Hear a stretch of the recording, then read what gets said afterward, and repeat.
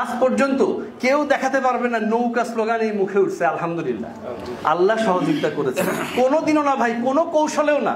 কিন্তু আমরা এরকম অনেক দেখেছি, বিভিন্ন সময় দরকারে হেলমেট পরেছে, আজকে আবার তারা আবার বড় বড় কথা বলে যে ওই সময় নাকি কৌশলগত কারণে হেলমেট পরতে হয়েছিল। ভাই, হেলমেট পরতে হবে কেন? আপনাকে এই হলে থাকার জন্য যদি আপনার নির্যাতন মনে করে আপনাকে কারোর সাথে কোনো আপনি মসজিদে যেতে হয়, তাহলে আপনাকে হেলমেট পরতে হবে কেন? আপনি তাবলিগ জামাত করেন, আজ পর্যন্ত শুনছেন তাবলিগ জামাতের যে ভাইরা আছে, এই যে ইয়ে করে টঙ্গিতে ইস্তেমা করে, তাদের উপর কোন রাজনৈতিক আক্রমণ আজ পর্যন্ত হয়েছে? তাদের নিজেদের মধ্যে হয়তো বিভিন্ন মাসলা মাসলা নিয়ে দ্বন্দ্ব হয়েছে, কোনোদিন কোন রাজনৈতিক দল তাদের উপর আক্রমণ করেছে? আপনি তাবলিগ জামাত করতেন, আপনাকে হেলমেট বাহিনীতে যাইতে হবে কেন ভাই? এটা কোন কৌশল?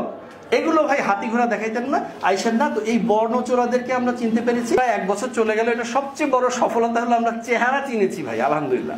এই চেহারাটা চেনার খুব দরকার ছিল, বিশেষ করে জেনারেশন জি এর জন্য, আগামীর যে প্রজন্ম, তাদের জন্য চেহারা চেনা খুব দরকার ছিল। এই 71 বললে কারো ভালো লাগে, কারো খারাপ লাগে। এই 90 বললে কারো ভালো লাগে, কারো খারাপ লাগে। 24 বললে কারো ভালো লাগে, কারো খারাপ লাগে। আলহামদুলিল্লাহ, আল্লাহ সহায়, একমাত্র বাংলাদেশ জাতীয়তাবাদী দল বিএনপি এই 71 বলেন, 90 বলেন, 24 বলেন, গর্বে তাদের বুক ভরে যায়, কারণ প্রত্যেকটাতে তাদের পজিটিভ অবদান ছিল।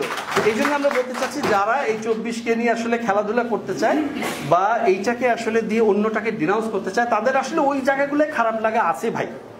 আরেকটা হলো প্রভু চোরা আছে একজন, এক মানে গোষ্ঠী।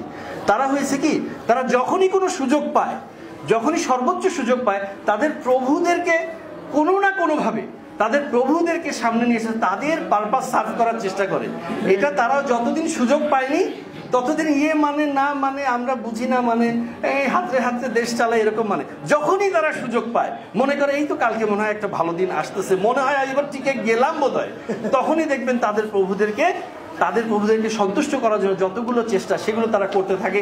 দেখবেন যে একটা বিপদে পড়লে সবাইকে ডাকে, সবাইকে ডেকে আলোচনা করে, একসাথে ছবি টবি তুলে হাসি টাসি দিয়ে দেখায় যে হ্যাঁ এই তো আমরা সবার সাথে আছি। কিন্তু দেখবেন অনেক বড় বড় ইস্যু, আপনি একটা করিডোর দিবেন কিনা, আপনি একটা পোর্ট দিবেন কিনা ম্যানেজার, এগুলো কাউরে ডাকাডাকি নাই। এরা আসলে প্রভু চোরা, আমি বলি প্রভু চোরা, মানে এই প্রভুদেরকে লুকিয়ে রেখেছিল, সুযোগ পেয়ে প্রভুদেরকে সামনে এনেছে। তা আমি বলতে চাচ্ছি ভাই, আপনাদের যত বড় বড় অর্জন ছিল জীবনে বিভিন্ন জায়গায়, এই প্রভু চোরা রূপটা যদি না দেখাতেন, মনে হয় কবরে যাওয়ার আগ পর্যন্ত আপনাদেরকে যে রাজনৈতিক দলই ক্ষমতায় আসুক আপনাদেরকে মাথায় তুলে রাখতো। তো যেহেতু প্রভু চোরাদেরকে আমরা চিনতে পেরেছি, এটা একটা বড় সফলতা। এই জন্য বলছি 24-এর গণঅভ্যুত্থানে এই ইতিহাস চোরাদের একটা আমরা চিনতে পেরেছি, আর এই গণতন্ত্রের পরবর্তী সফলতা বলতে প্রভু চোরাদের আমরা চিনতে পেরেছি। এখন সামনে ইনশাল্লাহ জনগণ সেই রায় দিবে।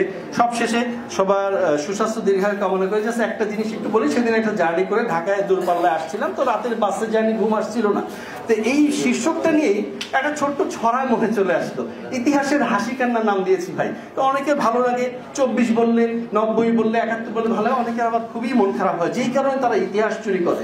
বিষয়টা এরকম, ইতিহাসের হাসি কান্না বলতে চেয়েছি। 71-এর প্রশ্ন এলেই পাল্লা বলে চুপ, 90-এতে ঘুরতে গেলেই লাঙল বেজার খুব, 24-এতে নৌকা ভেঙে হলো যে খান খান, ইতিহাসটা ঘাটলে যাবেই কারো না কারো মান। আল্লাহ সহায়, আল্লাহ সহায়, ইতিহাসের যেই শোনেতেই বলো, ধানের শীষের দেখবে সেথায় মুখে উজ্জ্বল আলো। ষড়যন্ত্র করুক যে কেউ পাবে না পরিত্রাণ, ধানের শীষে খুঁজবে জাতি বাংলাদেশের প্রাণ। ইনশাআল্লাহ সবাইকে ধন্যবাদ। ছিলাম, আছি, থাকবো রাজপথে, দেখা হবে বিজয়ের পথে ইনশাআল্লাহ।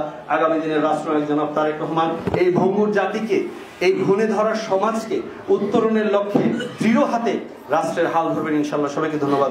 বাংলাদেশ জাতীয়তাবাদী দল জিন্দাবাদ। আসসালামু আলাইকুম ওয়া রাহমাতুল্লাহি ওয়া বারাকাতুহু।